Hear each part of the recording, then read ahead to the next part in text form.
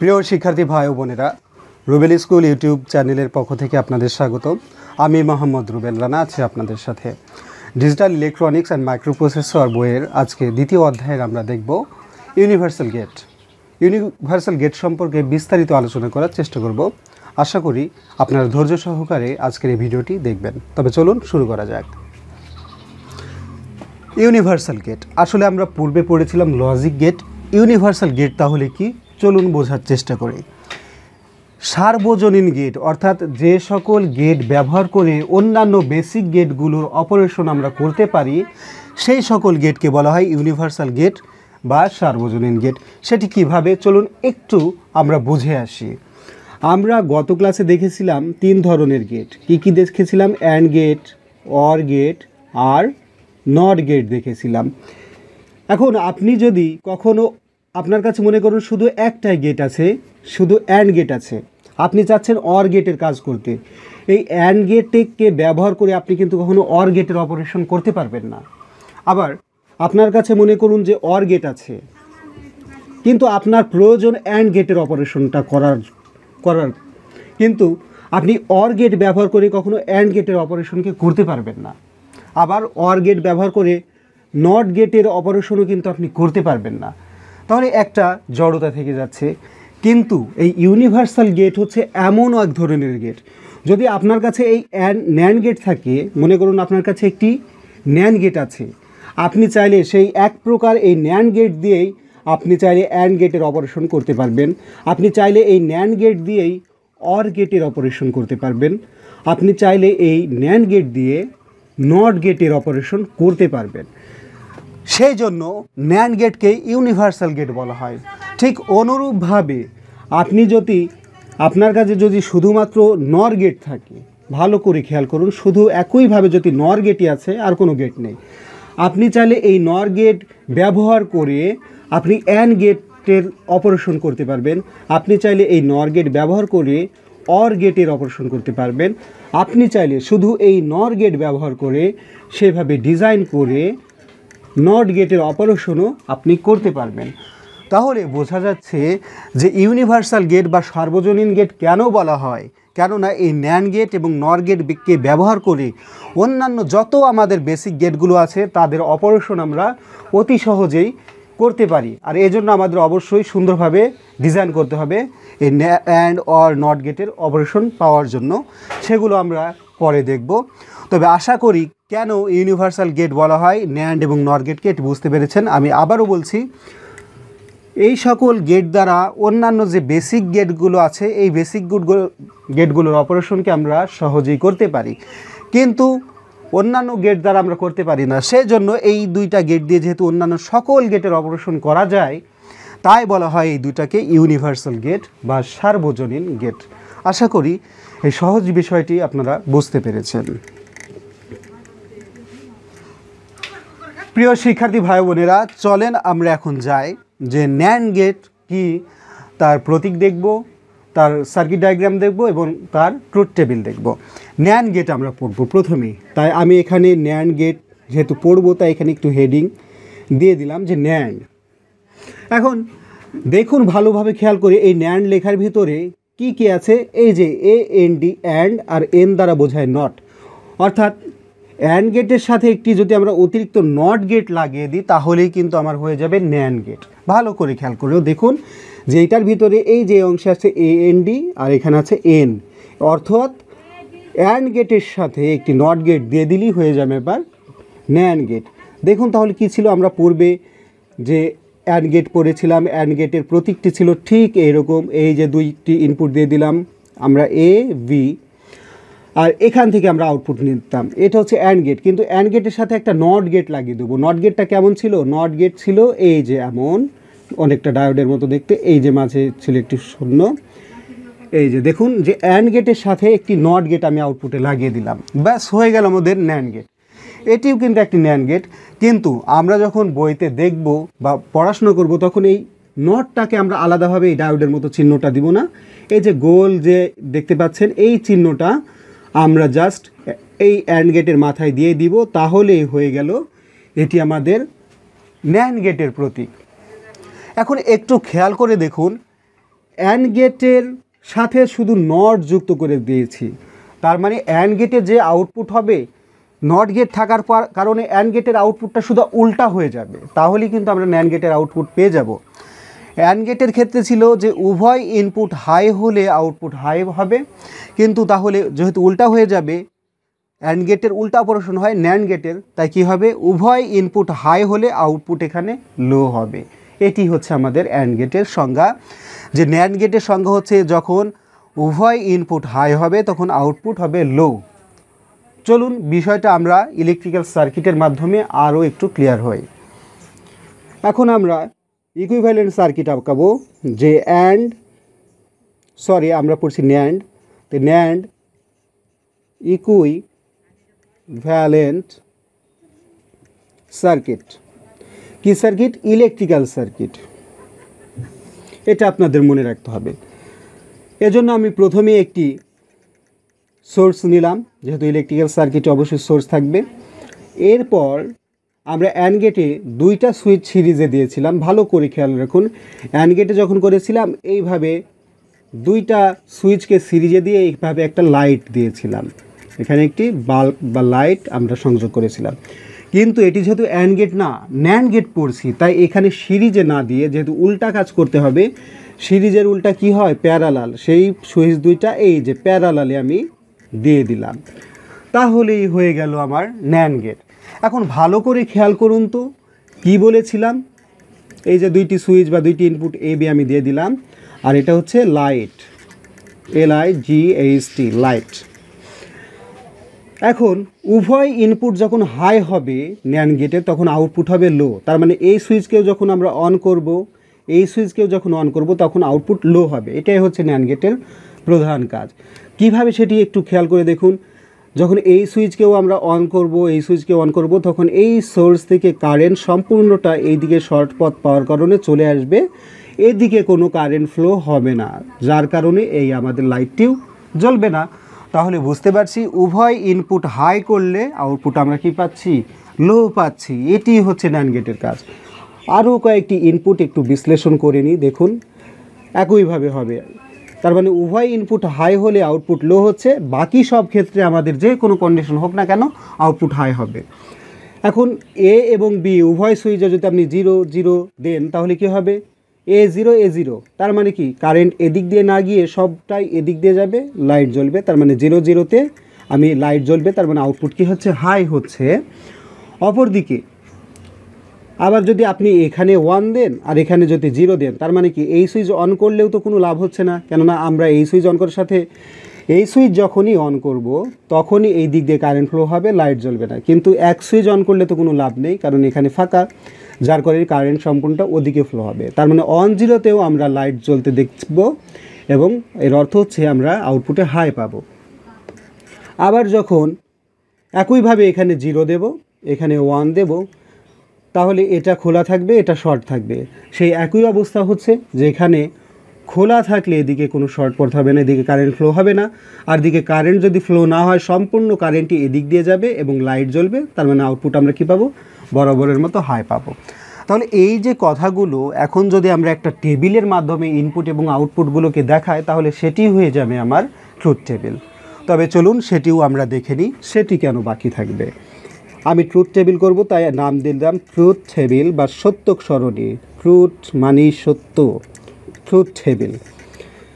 Truth table আঁকানোর জন্য অবশ্যই আমাদের একটি টেবিল অঙ্কন করা লাগবে।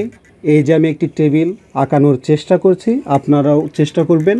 এখন একটা টেবিল করলাম কিন্তু রো কলাম আঁকায়নি, এখন প্রয়োজন অনুসারে আমরা রো কলাম আঁকাবো। আমরা বলেছিলাম সমস্ত গেটের বাম দিকে থাকে তার ইনপুট টার্মিনালগুলো এবং ডান দিকে থাকে আউটপুট টার্মিনাল একটি। তাহলে বুঝতে পারছি টেবিলের একদিকে থাকবে ইনপুট, একদিকে থাকবে আউটপুট। তো ইনপুট আউটপুটের জন্য এই যে দুই সাইড আমি ভাগ করে নিলাম, এইদিকে আউটপুট দেব, এইদিকে ইনপুট দেব।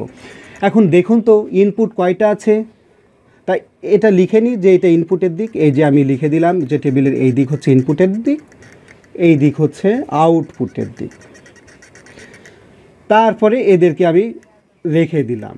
এখন ইনপুট কয়টা, এ এবং বি দুইটা, তাহলে ইনপুট দুইটা হিসেবে এই যে আমি আবার দুইটা ইনপুটের ভিতরে ভাগ করে দিলাম, একটা হচ্ছে এ আর একটা হচ্ছে বি।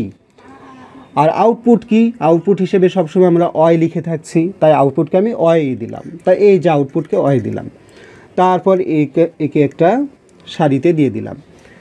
এরপর আমি কি বলেছিলাম, ইনপুট টার্মিনাল কয়টি আছে, দুটি, এ এবং বি। আর দুটি ইনপুট হলে কয়টা ইনপুট স্টেট আমাদের হতে পারে সেটা আমরা দেখি।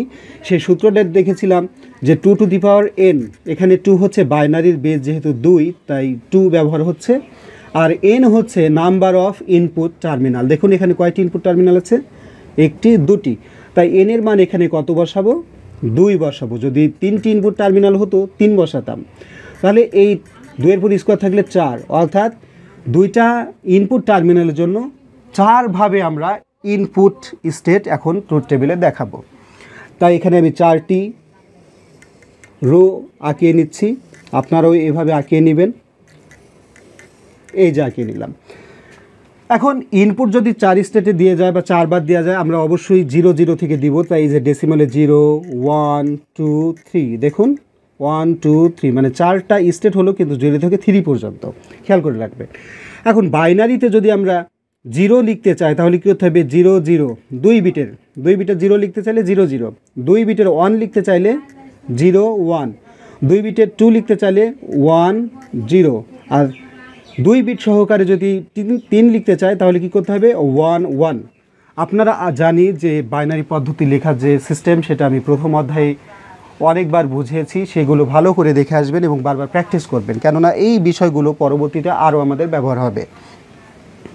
অথবা যদি এই ডেসিমাল সিস্টেমটা মনে হচ্ছেই না, পারছেন না, এরকম কোনো পরিস্থিতির সৃষ্টি হয়, তাহলে ইনপুটটা এভাবে দিবেন যে এদিক থেকে একটা 0 একটা 1, একটা 0 একটা 1, দেখুন তারপরে 2 0 2 1, এভাবে ইনপুটটা আপনারা মনে রাখবেন।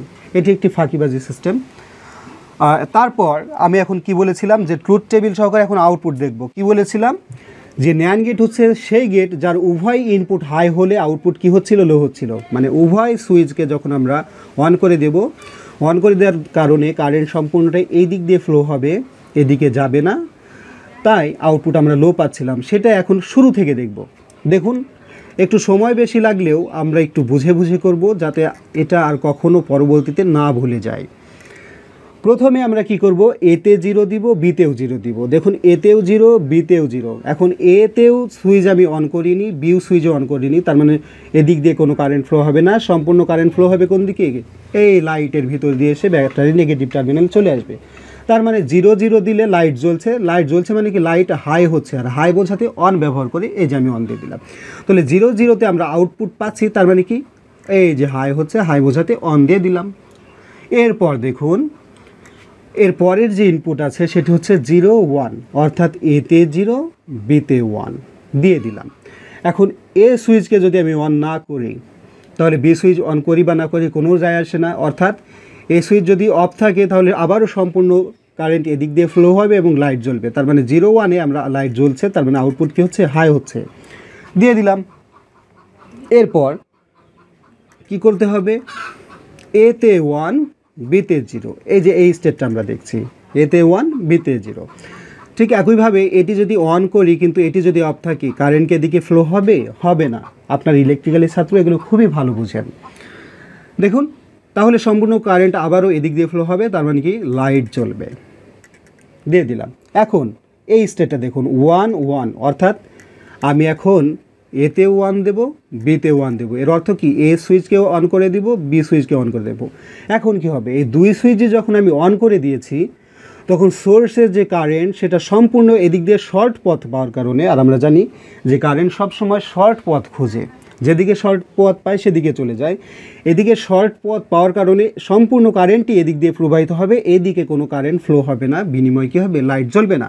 তার মানে এ এবং বি উভয় সুইচকে যখন আমরা অন করে দেব তখন আউটপুটে লাইট জ্বলছে না, তার মানে কি আউটপুটে আমরা 0 পাবো। এই যে এইটি ছিল আমার একটু বলার বিষয়, যে ন্যান্ড গেটে উভয় ইনপুট হাই হলে আউটপুট কি হয়, লো হয়। এই যে দেখুন উভয় ইনপুট 1 1, আমি হাই দিয়েছি কিন্তু আউটপুট কী পাচ্ছি, লো পাচ্ছি। কিন্তু বাকি সব ক্ষেত্রে হাই হাই ছাড়া বাকি সব ক্ষেত্রে দেখুন আউটপুট ঠিকই হাই আছে। কিন্তু এই যখনই আমি ইনপুট দুইটা হাই, আউটপুট লো, কিন্তু বাকি সব ক্ষেত্রে কিন্তু আমি আউটপুট হাই পেয়েছি। তার মানে এটি হচ্ছে মূল বিষয় যে ন্যান্ড গেটের উভয় ইনপুট হাই হলে আউটপুট হবে লো, অন্যথায় সব ক্ষেত্রে কি আউটপুট হাই হবে। আশা করি ন্যান্ড গেটের প্রতীক আর সমতুল্য ইলেকট্রিক্যাল সার্কিট এবং এর ট্রুথ টেবিল অতি সহজেই আপনারা বুঝতে পেরেছেন। যদি বুঝতে না পেরেন তাহলে অবশ্যই ভিডিওটি আবারও শুরু থেকে একটু দেখুন, কষ্ট করে হলেও, যাতে আপনারা বুঝতে পারেন।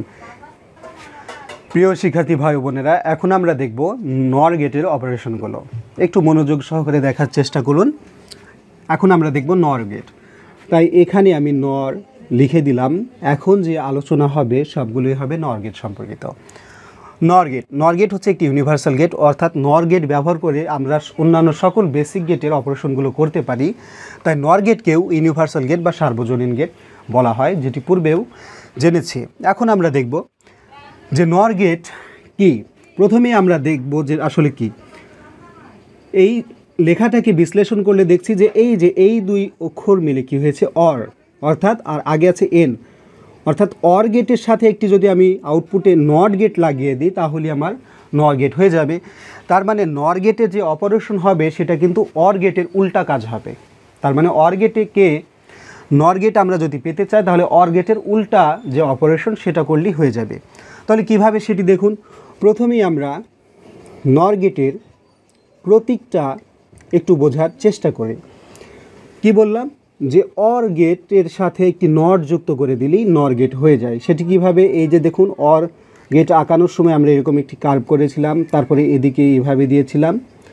আমরা আঁকানোটা ভালো হয়নি, আমি আবারও আঁকাচ্ছি এই যে এভাবে। তারপর এর দুইটা ইনপুট যদি থাকে, এই যে একটা এ আর একটা বি, এভাবে আমি দিয়েছিলাম এবং আউটপুট এদিকে। এটি ছিল আমাদের অর গেট।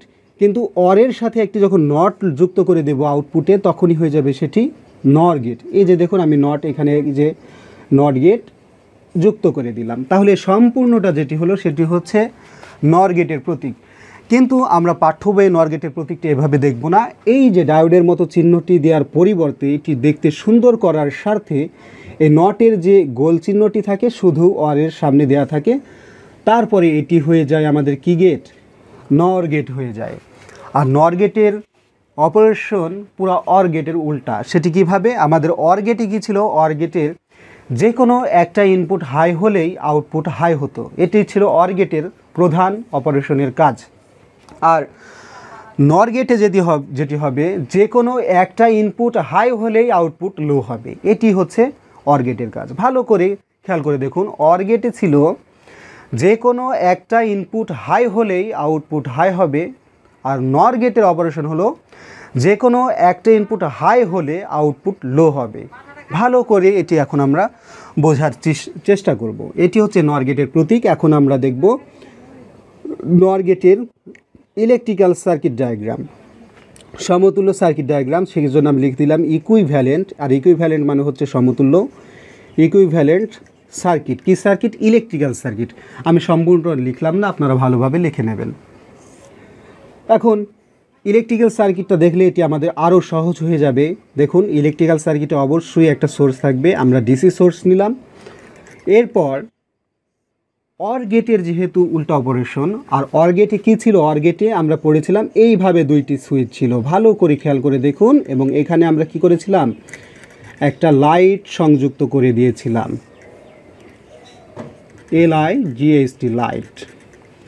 এভাবে দুইটি সুইচ ছিল, একটি ছিল এ আর একটি ছিল বি। কিন্তু এটি যেহেতু নর গেট, উল্টা করে দিতে হবে। দেখুন নর গেটে অর গেটে সুইচ ছিল দুইটা এইভাবে, এখন উল্টা, মানে এই সুইচটা এখন এই সুইচ যুগল লাইটের সাথে সিরিজে কানেকশন। এখন এই দুটাকে আমি সিরিজে না দিয়ে যেহেতু উল্টা অপারেশন করা লাগবে, তাই এই যে ওই যুগলকেই আমি প্যারালালে দিয়ে দিব। দেখুন আশা করি আপনারা সুন্দরভাবেই বোঝার চেষ্টা করছেন। সেই সুইচ দুটিকেই আমি দেখুন ওইখান থেকে জাস্ট প্যারালালে সংযোগ করে দিলাম, তাহলেই আমাদের হয়ে গেল নর গেটের ইকুইভ্যালেন্ট সার্কিট ডায়াগ্রাম। এখন এটি হচ্ছে ব্যাটারির উৎস, সেজন্য ভি দিয়ে দিলাম ভোল্টেজ সোর্স। আর এখানে আমি একটা সুইচকে এ আর একটা সুইচকে বি দ্বারা সূচিত করলাম। এখন আমরা দেখব যে কি হয়। এখন এটা বোঝার জন্য আমরা সরাসরি একই সাথে ট্রুথ টেবিলটাও বুঝে নিব। তাই আমি ট্রুথ টেবিলটাও আঁকিয়ে নিচ্ছি যাতে কম সময়ের ভিতরে অনেকটা বোঝানো সম্ভব হয়। ট্রুথ টেবিল, কিসের ট্রুথ টেবিল? নর গেটের ট্রুথ টেবিল আমি অঙ্কন করব। বরাবরের মতো আমি কি বলেছিলাম যে টেবিল মানে আমাদের একটা টেবিল তৈরি করতে হবে।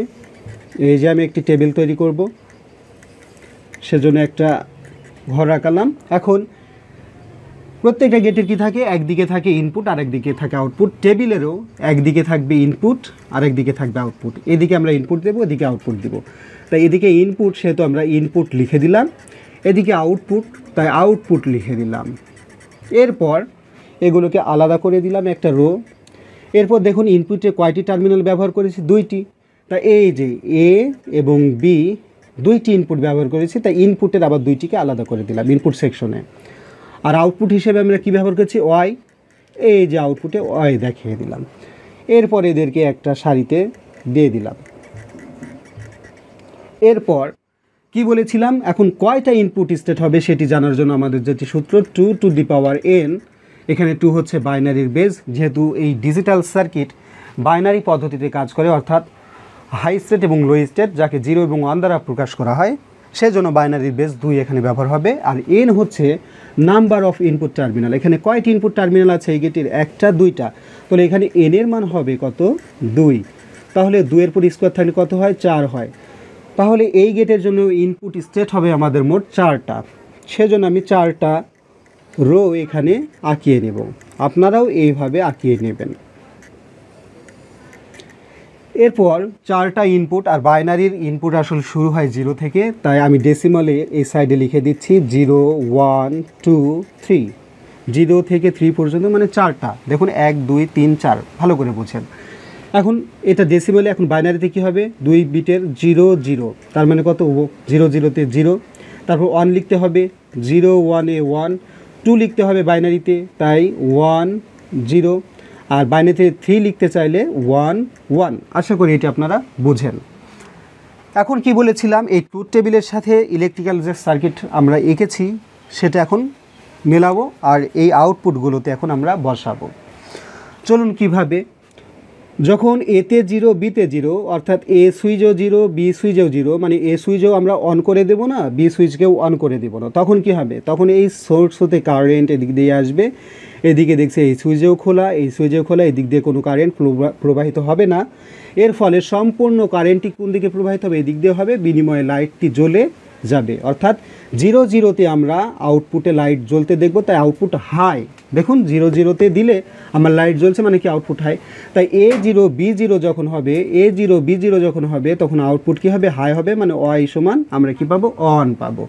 আর এটি তো আমরা আউটপুট ট্রুথ টেবিলে দেখাচ্ছি, আশা করি বুঝতে পারছেন।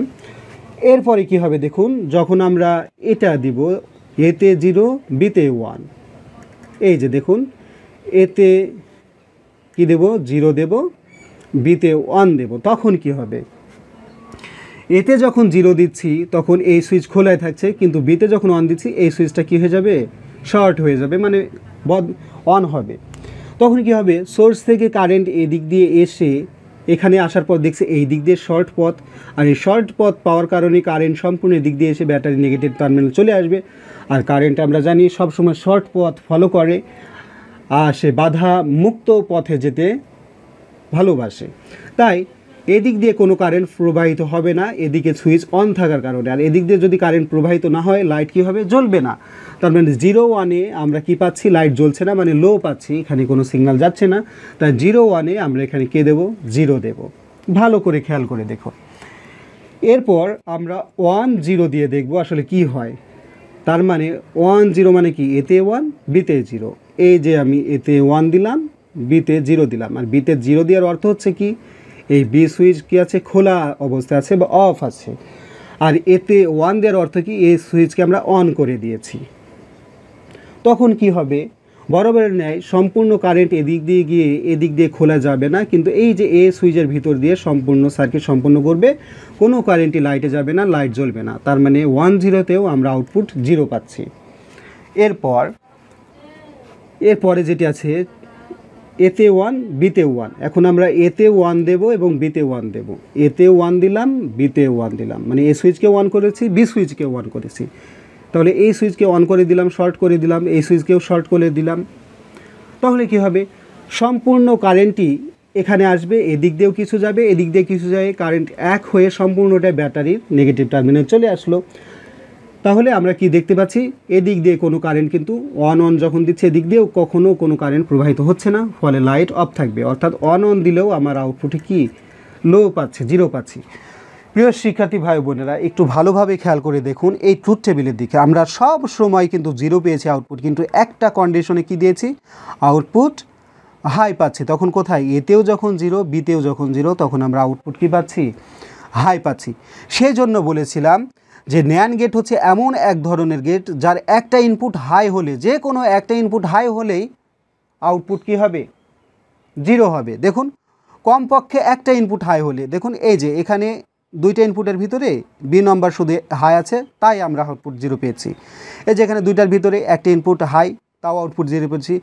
কমপক্ষে একটা ইনপুট হাই হওয়ার কথা বলেছি, দেখুন এখানে দুইটা ইনপুটই হাই, তাও আমরা কি পেয়েছি, জিরো পেয়েছি। কিন্তু উভয় ইনপুট যখন লো, তখনই আমরা কি পেয়েছি, আউটপুট হাই পেয়েছি।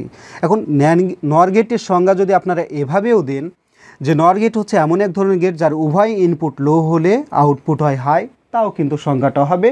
অথবা আপনারা এভাবেও সংজ্ঞা দিতে পারেন যে নর গেট হচ্ছে এমন এক ধরনের গেট যে গেটের কমপক্ষে একটি ইনপুট হাই হলে আউটপুট লো হয়। দুইভাবেই আসলে এই সংজ্ঞাটা দেওয়া যায়, আপনার যে কোনো একটি সিলেক্ট করে দেখবেন। এখন বুঝতে পারছেন যে নর গেটের অপারেশন আসলে অর গেটের উল্টা, যেহেতু এর সাথে একটা নট, মানে অরের যা আউটপুট সে আউটপুট এসে এখানে উল্টা করে দিচ্ছে এই নট যুক্ত করে থাকার কারণে। আমাদের অর গেটের যে ট্রুথ টেবিল ছিল আর এই যে নর গেটের ট্রুথ টেবিল একটু মিলে দেখবেন যে আউটপুটের স্টেটে সম্পূর্ণ উল্টা। এর যেখানে যেখানে 1 আছে সেখানে অর গেটে 0 পাবেন, আর এর যেখানে যেখানে 0 আছে অর গেটের ক্ষেত্রে সেখানে সেখানে আপনারা 1 দেখতে পাবেন। কেননা নর গেটের অপারেশন অর গেটের উল্টা, সেজন্যই এমনটা হয়। প্রিয় শিক্ষার্থী ভাই বোনেরা, যদি আজকে এই ন্যান্ড গেট এবং অর গেট এই দুটা ইউনিভার্সাল গেটের আপনারা বুঝতে পেরে থাকেন, তাহলে অবশ্যই আমার এই চ্যানেলটিকে সাবস্ক্রাইব করবেন এবং বেশি বেশি করে বন্ধুদের মাঝে শেয়ার করবেন, যাতে তারাও এগুলো বুঝতে পারে। আজকের মতো এ পর্যন্ত, ধন্যবাদ, ভালো থাকবেন।